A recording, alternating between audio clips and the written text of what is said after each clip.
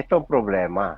Okay. Bearfield, matagal nang sinabi ni Bearfield na ayaw na niya, pagod na siya sa mga talo sa Blackwater. He wants to leave.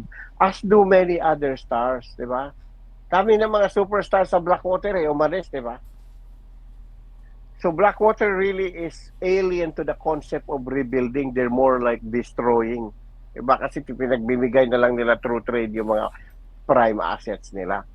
So ito yung problema. So Bearfield don't like to play for Blackwater anymore. So ngayon, Is ang that problem, confirmed? Who's your source? confirm, hindi ko masabi source ko. Alam ko yan. Okay. Alam ko yan. He doesn't know. I've reported it so many times. Kung ikaw Okay. pa, ikaw ba si Cedric Bearfield, hindi kayo nagpe-playoffs, meaning to say, wala kang bonus. Wala kang playoff bonuses, wala kang championship bonuses, Bakit? wala ka Teka, lahat. you're the best player. You're supposed to be the one to carry the team. I cannot blame it also on the team only. Dapat, ibig sabihin, hindi ka talaga ganun kagaling. Yes, that's another thing. Walang takers. Walang takers. So, ito yung dilemma ng Blackwater ngayon.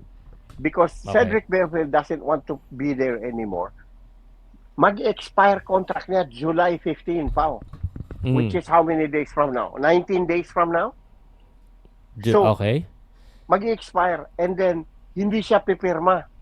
May contract offer sheet na ang Blackwater sa kanya, but that's just for the purposes of retaining his rights. Okay. Pero ayaw niya pirmahan yan. So ang mangyari niyan, magiging Mikey Williams yan, magiging Dave Ildefonso, magiging Gio Chu, di ba? Na may kontrata sa pero hindi lalaro. So, Gano'ng katagal nga to, yung rights ng Blackwater, bago sila maging unrestricted? Gano'ng katagal? In the PBA, the rule is you do not become an unrestricted free agent until you either, one, play 21 conferences or the equivalent of 7 years. 7 years. And ilang taon na Yes. si Bearfield sa PBA? 29 years old na siya. Pumasok siya sa draft 2 years ago.